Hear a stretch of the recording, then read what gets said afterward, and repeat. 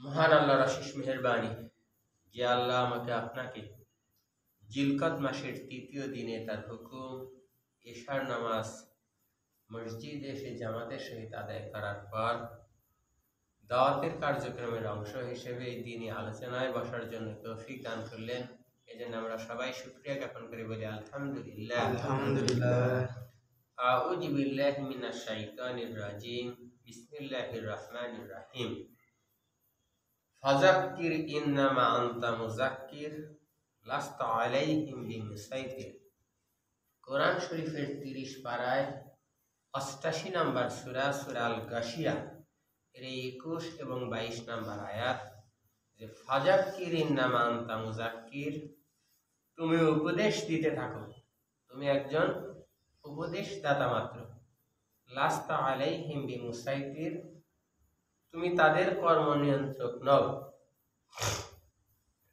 ইসলামের শুরুতে আল্লাহ পাক রাসূলকে উদ্দেশ্য করে এই কথাটা বলছেন যে ফাযাক্কির ইন্নামা আনতা মুযাক্কির, তুমি উপদেশ দিতে থাকো, তুমি একজন উপদেশদাতা মাত্র। You are only one who reminds, যার অর্থ ইংলিশে বললে এরকম যে you are only one who reminds, যে তুমি একজন উপদেশদাতা মাত্র। সে কি করবে, বান্দা কি করবে, অপরজন কি করবে, তুমি জাস্ট শুধু তাকে স্মরণ করায় দিতে পারো, উপদেশ দিতে পারো, এর বাইরে তোমার কিছু করার নেই। ঠিক আছে।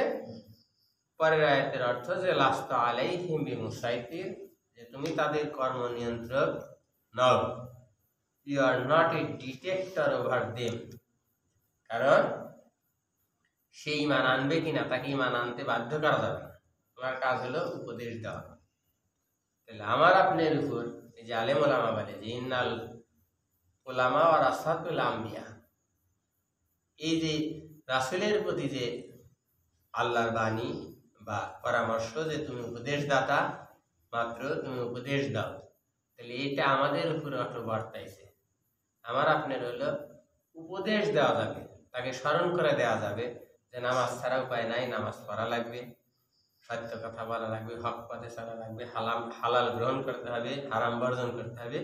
আমি আপনি জাস্ট খালি উপদেশদাতা মাত্র, নিজে মানা, অপরকে মানার জন্য স্মরণ করা, উপদেশ দেওয়া মাত্র। ঠিক আছে না? তাহলে এই যে আমরা দাওয়াতের কার্যক্রমের কথা বলছি, দাওয়াতের কাজ বলতেছি, আমাদের উদ্দেশ্য এই একটাই যে আমরা মানুষকে শুধু উপদেশ দিব, স্মরণ করা দিব যে আপনার উপর নামাজ 5 ওয়াক্ত ফরজ।